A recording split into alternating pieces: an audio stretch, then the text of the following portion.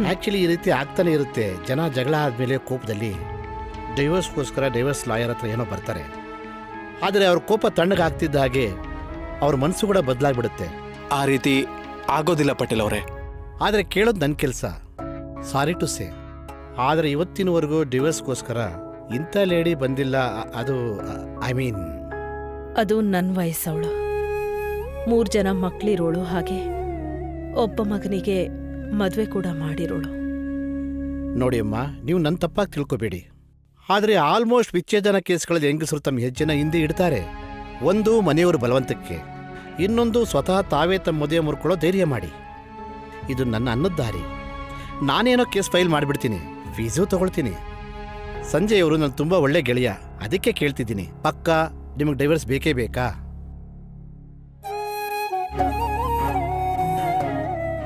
ನೋಡಿ, ನಂದೇನು ಹೋಗೋದಿಲ್ಲ, ಆದರೆ ನಿಮ್ಮ ಟೈಮು ಮತ್ತು ದುಡ್ಡು ಎರಡೂ ವೇಸ್ಟ್ ಆಗುತ್ತೆ. ಅದಕ್ಕೆ ಸ್ವಲ್ಪ ಯೋಚನೆ ಮಾಡಿ, ಸರಿಯಾದ ನಿರ್ಧಾರ ತಿಳಿಸಿ ನೀವು. ಐ ನೋ ಇದೆಲ್ಲ ನೆಪ ಅಂತ. ನಿನಗೆ 60 ಲಕ್ಷ ಏನೂ ಬೇಕಾಗಿಲ್ಲ. You just want me. ಅದಕ್ಕೆ ನೀನ್ ಡಿವೋರ್ಸ್ ಕೊಡದೇ ಇರೋದಕ್ಕೆ ನೆಪ ಹುಡುಕ್ತಿರ್ತೀಯ. ಆದ್ರೆ ಅನಿರುದ್ಧ್ ಇದರಿಂದ ಏನೂ ಆಗೋದಿಲ್ಲ.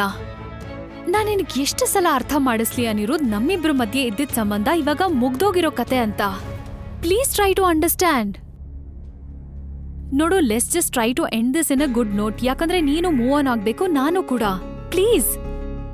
ನೀನ್ ಎಷ್ಟು ಬೇಕಾದ್ರೂ ಪ್ರಯತ್ನ ಮಾಡು ಕಾವ್ಯ, ಆದ್ರೆ ಅನಿರುದ್ಧ್ ಒಪ್ಪೋ ವ್ಯಕ್ತಿ ಅಲ್ಲ. ಇನ್ಫ್ಯಾಕ್ಟ್ ಒಳ್ಳೇದೇನೆ. ನನಗೂ ಈ ಡಿವೋರ್ಸ್ ಅಂತ ಓಡಾಡೋದಕ್ಕೆ ಇಷ್ಟ ಇಲ್ಲ. ನನಗ್ ಡೈವರ್ಸ್ ಬೇಕು. Okay then. ಸಂಜಯ್ ಅವರು ನನಗೆ ಈ ಕೇಸ್ ಬಗ್ಗೆ ಸ್ವಲ್ಪ ಮಾಹಿತಿನ ಕೊಟ್ಟಿದ್ದಾರೆ. ಸೊ ಕೇಸ್ ಮಾಡಬೇಕು ಅಥವಾ ಮುಂದುವರಿಬೇಕಾದ್ರೆ, ಡೈವರ್ಸ್ ತಗೋಬೇಕು ಅಂದರೆ ಮೊಟ್ಟ ಮೊದಲನೇದಾಗಿ ನಾವು ಮಾಡಬೇಕಾಗಿರೋ ಕೆಲಸ ಏನು ಅಂದರೆ, ನಾವು ಯಾವ ಕಾರಣಕ್ಕಾಗಿ ಡೈವರ್ಸ್ ತಗೋತಾ ಇದ್ದೀವಿ ಅನ್ನೋದು. ನೋಡಿ, ನಾನು ನಿಮ್ಗೆ ಅರ್ಥ ಮಾಡಿಸ್ತೀನಿ. ನೀವಿದ್ದೂ ಕೂಡ ನಿಮ್ಮ ಗಂಡನಿಗೆ ಬೇರೆ ಯಾರ ಜೊತೆನಾದರೂ ಎಕ್ಸ್ಟ್ರಾ ಮೆರಿಟಲ್ ಎಫೈರ್ ಇದ್ದರೆ, ಮೆಂಟಲ್ ಟಾರ್ಚರ್, ಅಬ್ಯೂಸಿವ್ ಬಿಹೇವಿಯರ್, ಅದು ಫಿಸಿಕಲ್, ಮೆಂಟಲ್ ಅಥವಾ ಎಮೋಷನಲ್ ಆಗಿರ್ಬೋದು, ಅಥವಾ ಇನ್ನೇನಾದರೂ ಬೇರೆ ಆರೋಪ ಇದೆಯಾ? ನೀವು ಅವ್ರ ಮೇಲೆ ಆರೋಪ ಮಾಡಬೇಕು ಅಂತಿರೋದು? ಯಾವ ಆರೋಪನೂ ಹೊರಿಸಲ್ಲ, ಆದರೆ ನಾವು ಬೇರೆ ಆಗಬೇಕು. ಅಲ್ಲ, ಅವ್ರು ನಿಮಗೆ ಚೀಟ್ ಅಂತೂ ಮಾಡಿದಾರಲ್ವಾ? ಹಾಗಾದರೆ ನೀವು ಕೋರ್ಟಲ್ಲಿ ಇದನ್ನ ಹೇಳಕ್ಕೆ ಯಾಕೆ ಇಷ್ಟ ಇಲ್ಲ? ಹೇಳೋದ್ರಿಂದ ಏನಾಗ್ಬಿಡುತ್ತೆ? ಸಂಬಂಧ ಮುಗಿಸ್ಬೇಕು ಅಂದ್ರೆ ಒಬ್ರ ಮೇಲೊಬ್ರು ಕೆಸರೆರ್ಚ್ಕೊಂಡು ಬೇರೆ ಆಗೋ ಅವಶ್ಯಕತೆ ಇಲ್ಲ ಅಲ್ವಾ? ಹೆಚ್ಚು ಅಂದ್ರೆ ಏನಾಗ್ಬಿಡುತ್ತೆ? ಜನ ನನ್ನನ್ನ ತಪ್ಪು ತಿಳ್ಕೋತಾರೆ, ಸಮಾಜ ನನ್ನ ಮೇಲೆ ದೋಷ ಹೊರಿಸುತ್ತೆ, ಯಾಕಂದ್ರೆ ನಾನು ಡೈವರ್ಸ್ ತಗೋತಾ ಇದ್ದೀನಲ್ವಾ? ಆದ್ರೆ ನನ್ಗೆ ಅದರಿಂದ ಏನೂ ಆಗ್ಬೇಕಾಗಿಲ್ಲ. ನನ್ನ ಪರಿವಾರಕ್ಕೆ ಎಲ್ಲ ಗೊತ್ತಿದೆ, ನನಗದಷ್ಟೇ ಸಾಕು. ಹೊರಗಿನವ್ರ ದೃಷ್ಟಿಲಿ ಒಳ್ಳೆಯವಳಾಗೋದಿಕ್ಕೆ ನಾನು ನನ್ನ ಮನೆ ಪರಿವಾರದ ಮರ್ಯಾದೆ ಯಾವತ್ತೂ ಕಳೆಯಲ್ಲ. ನಾನೀ ಸಂಬಂಧನ ಮುಗಿಸ್ಬೇಕು ಅಷ್ಟೇ. ಅದರಿಂದ ನಾವಿಬ್ರು ನಮ್ಮ ಬದುಕನ್ನ ನೆಮ್ಮದಿಯಿಂದ ನಡೆಸ್ಕೊಂಡು ಹೋಗ್ಬೋದು. ಓಕೆ ಫೈನ್, ನಾವೊಂದು ಕೆಲಸ ಮಾಡೋಣ, ಮ್ಯೂಚುವಲ್ ಸಪ್ರೇಷನ್ಗೆ ಹೋಗೋಣ. ಮತ್ತೆ ಅಲಿಮನಿ ಅಂದರೆ ಜೀವನಾಂಶ ಎಷ್ಟು ಬೇಕಾಗುತ್ತೆ, ಮತ್ತೆ ಅವ್ರ ಪ್ರಾಪರ್ಟಿ, ಎಸೆಟ್ಸ್ ಇದೆಲ್ಲ. ನನಗೆ ಜೀವನಾಂಶ ಏನು ಬೇಡ. ನೋಡಿ, ಡೈವರ್ಸ್ ಆದಮೇಲೆ ಪ್ರತಿ ಮಹಿಳೆಗೂ ದುಡ್ಡಿನ ಸಮಸ್ಯೆ ಬಂದೇ ಬರುತ್ತೆ. ಅದಕ್ಕೆ ಸರ್ಕಾರ ಮತ್ತೆ ಕೋರ್ಟ್ ಇಬ್ರು ಎನ್ಶ್ಯೂರ್ ಮಾಡ್ಕೋತಾರೆ. ಗಂಡನ್ ಡೈವರ್ಸ್ ಆದಮೇಲೆ ಫೈನಾನ್ಷಿಯಲ್ ರೆಸ್ಪಾನ್ಸಿಬಿಲಿಟಿ ಅಂದರೆ ತನ್ನ ಆರ್ಥಿಕ ಜವಾಬ್ದಾರಿಯಿಂದ ಹಿಂದೆ ಸರಿತಾನ ಅಂತ. ಗೊತ್ತಿದೆ, ಅರ್ಥ ಆಗತ್ತೆ. ಈ ಜೀವನಾಂಶ ಉಪಕಾರ ಅಲ್ಲ, ಅಧಿಕಾರ. ಅದನ್ ಕಾನೂನು ಒಬ್ಬ ಮಹಿಳೆಗೆ ಕೊಟ್ಟಿದೆ, ಯಾಕಂದ್ರೆ ಮನೆ ಬಿಟ್ಟ ಮೇಲೆ ಅವಳ ಬದುಕು ಬೀದಿಗೆ ಬರಬಾರ್ದು ಅಂತ. ಆದ್ರೆ ನನ್ ಗಂಡ ಜವಾಬ್ದಾರಿಗಳಿಂದ ಯಾವತ್ತೂ ಹಿಂದೆ ಸರ್ದಿಲ್ಲ. ಅವ್ರ ಗಂಡನಾಗಿ ಹೇಗೆ ಇದ್ರು ಒಬ್ಬ ಮಗನ, ಒಬ್ಬ ತಂದೆಯ ಜವಾಬ್ದಾರಿನ ತುಂಬಾ ಚೆನ್ನಾಗಿ ನಿಭಾಯಿಸಿದ್ದಾರೆ. ಒಂದ್ ವೇಳೆ ನನ್ನ ಹತ್ರ ಸಂಪಾದನೆಗೆ ಬೇರೆ ದಾರಿ ಇಲ್ಲದೆ ಇದ್ದಿದ್ರಾಗ ನನ್ನ ಜೀವನಾಂಶ ಕೇಳ್ತಿದ್ದೆ, ಹಕ್ಕಿಂದ ಕೇಳ್ತಾ ಇದ್ದೆ. ಆದ್ರೆ ನನ್ಗೀಗ ಹಣದ ಅವಶ್ಯಕತೆ ಇಲ್ಲ. ನಾನು ನನ್ನ ಕಾಲ್ ಮೇಲೆ ನಿಂತ್ಕೊಳಕ್ ಬಯಸ್ತೀನಿ. ಆದ್ರೆ ಅಕ್ಕ, ಅವ್ರ ಲೈಫ್ ಸ್ಟೈಲ್ನಲ್ಲಿ ತುಂಬಾ ಬದಲಾವಣೆ ಆಗ್ಬಿಡುತ್ತೆ. ಸಂಜು ಅಣ್ಣ, ನನ್ಗೇನ್ ಬೇಕೋ ಅದು ನನ್ನ ಹತ್ರ ಇದೆ.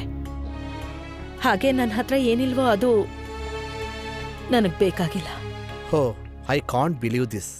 ಇಷ್ಟೆಲ್ಲ ಕಷ್ಟಗಳನ್ನು ಅನುಭವಿಸಿದ ಮೇಲೂ ಎಷ್ಟು ಸಹನೆ ಹಾಗೆ ಕ್ಷಮಿಸೋ ಗುಣ ನಿಮ್ದು. ನಿಮ್ಮ ಜಾಗದಲ್ಲಿ ಬೇರೆ ಹೆಂಗ್ಸ್ ಯಾರಾದ್ರೂ ಇದ್ದಿದ್ರೆ ತನ್ನ ಗಂಡನಿಗೆ ಬುದ್ಧಿ ಕಲಿಸ್ತಿದ್ರು, ಅವನ್ನ ಜೈಲ್ಗೆ ಹಾಕ್ಸಿ ಅವನ ಮರ್ಯಾದೆ ಕಳೀತಿದ್ರು. ಇನ್ಫ್ಯಾಕ್ಟ್ ಅವನನ್ನ ಬೀದಿಲಿ ನಿಲ್ಲಿಸ್ತಾ ಇದ್ರು. ಪಟೇಲ್ ಸರ್, ತುಂಬಾ ಜಗಳ ನೋಡ್ಬಿಟ್ಟಿದ್ದೀನಿ ಈಗ.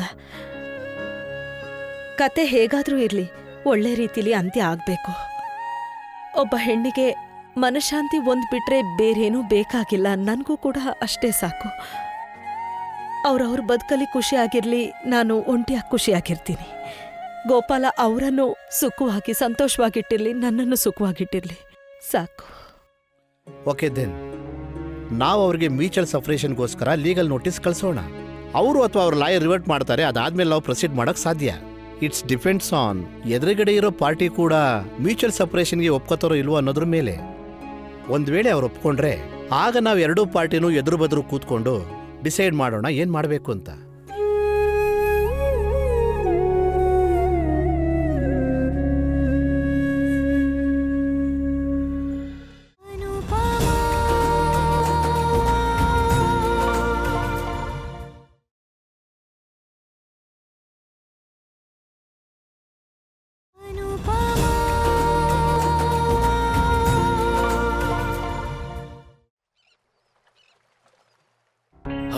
ಇಷ್ಟು ದಿನ ಆದ್ಮೇಲೆ ಆಫೀಸಿಗೆ ಬಂದು ಏನೋ ಒಂಥರ ಸಮಾಧಾನ ಆಗ್ತಿದೆ.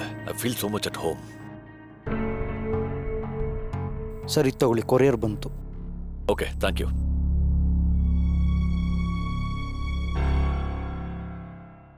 ಅಡ್ವೊಕೇಟ್ ಕಡೆಯಿಂದನಾ? ನೋಡು, let's just try to end this in a good note. ಯಾಕಂದ್ರೆ ನೀನು ಮೂವ್ ಆನ್ ಆಗ್ಬೇಕು, ನಾನು ಕೂಡ. ಒಂದ್ ವೇಳೆ ಅನಿರುದ್ಧ್ ಡಿವೋರ್ಸ್ಗೆ ಒಪ್ಕೊಂಡ್ಬಿಟ್ನಾ?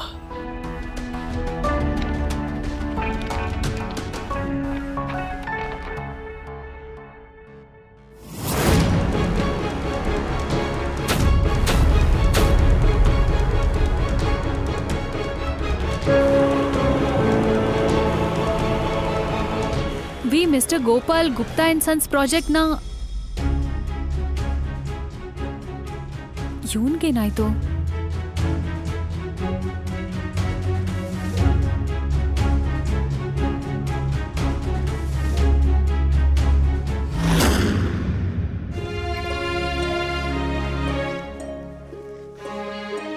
ರಾಕ್ಸ್ಟಾರ್,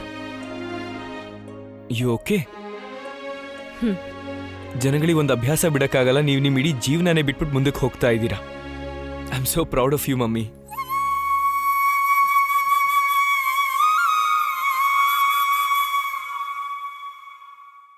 ನಂದು ಮಮ್ಮಿ ಯಾಕೋ ತುಂಬಾ ಸೈಲೆಂಟ್ ಆಗಿದ್ದಾರೆ. ಬೇರೆ ಇನ್ನೇನಾದ್ರೂ ಇದ್ರೆ ನಾನು ನಿಂಗೆ ಹೇಳ್ತೀನಿ. ಹೋಯ್ತು ನೋಡಿ ಕುದುರೆ. ಏಯ್, ನೀನು ಕುದುರೆ ನಡೆಸಿದ್ದೆ, ಈ ಮಂತ್ರಿ ಎಲ್ಲಿದ್ದ ಬಂದ? ಮಂತ್ರಿ ಆ ಕುದುರೆ ಮೇಲೆ ಕೂತ್ಕೊಂಡು ಬಂದಿದ್ದ ಬಾವ. ಪಾವನಿ ಕೆಮಿಸ್ಟ್ರಿ ಹೋಮ್ವರ್ಕ್ ಮುಗಿತಾ? ಮಾಡ್ತಿದ್ದೀನಣ್ಣ. ಇದ್ರ ಅರ್ಥ ಏನು ಅಂತ ಹೇಳು.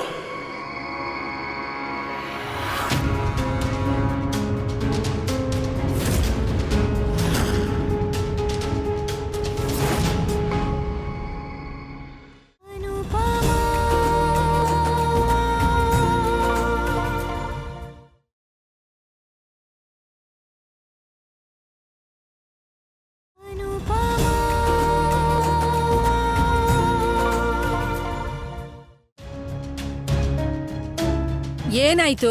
ನೀನ್ ಯಾಕೆ ಇಷ್ಟೊಂದು ಕೋಪದಲ್ಲಿದ್ಯಾ? ನಿನ್ ಕೈಯಲ್ಲಿರೋದು ಏನದು? ನಿಮ್ಮ ಸೊಸೆ ನನಗೆ ಡಿವೋರ್ಸ್ ಪೇಪರ್ಸ್ ಕಳಿಸಿದ್ದಾಳೆ. ಏನು?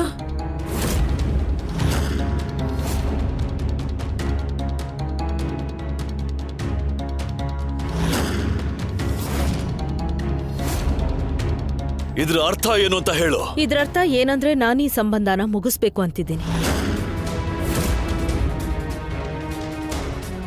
ಸಂಬಂಧದ ದಾರ ಅವಶ್ಯಕತೆಗಿಂತ ಜಾಸ್ತಿ ಸುತ್ಕೊಂಡಾಗ ಅದನ್ನ ಕಿತ್ತು ಹಾಕೋದೇ ಒಳ್ಳೇದು.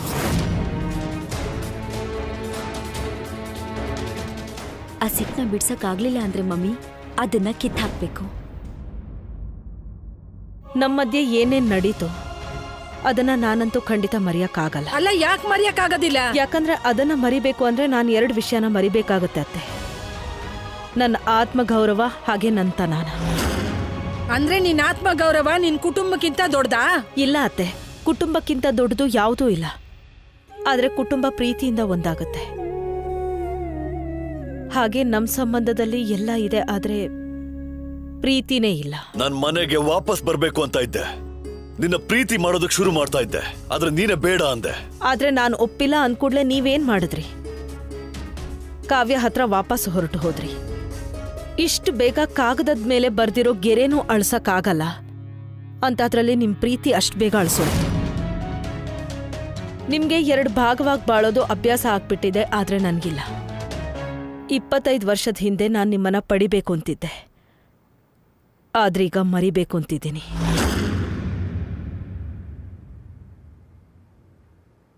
ಗೊತ್ತಿದೆ ನಿಮಗ್ ನೋವಾಗತ್ತೆ, ದುಃಖ ಆಗತ್ತೆ, ಆದ್ರೆ ಇದೆಲ್ಲ ಆಗೋದ್ರಿಂದ ಈ ಸಂಬಂಧ ಮುಗಿದು ಹೋಗ್ತಿದೆ ಅಂತಲ್ಲ, ಬದಲಾಗಿ ಈ ಸಂಬಂಧನ ನಾನ್ ಮುಗಿಸ್ತಿದ್ದೀನಿ ಅಂತ.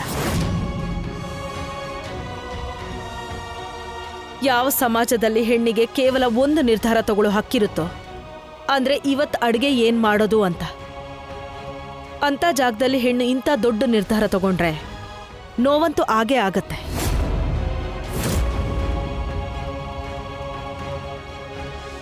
ನಿಮಗ್ ಬೇಕು ಅಂದಾಗ ನೀವು ಕಾವ್ಯ ಹತ್ರ ಹೋಗ್ಬಿಡ್ತೀರಾ, ನಿಮಗ್ ಬೇಕು ಅಂದಾಗ ಎಲ್ಲಿಗೆ ಬಂದ್ಬಿಡ್ತೀರಾ. ಹಾಗೆ ಎಲ್ಲಿವರೆಗೂ 2 ಬಾಗ್ಲು ತೆರೆದಿರುತ್ತೋ ಹೀಗೆ ನಡೀತಾ ಇರುತ್ತೆ. ಅದಕ್ಕೆ ನಾನು ಒಂದು ಬಾಗ್ಲನ್ನ ಶಾಶ್ವತವಾಗಿ ಮುಚ್ತಾ ಇದ್ದೀನಿ.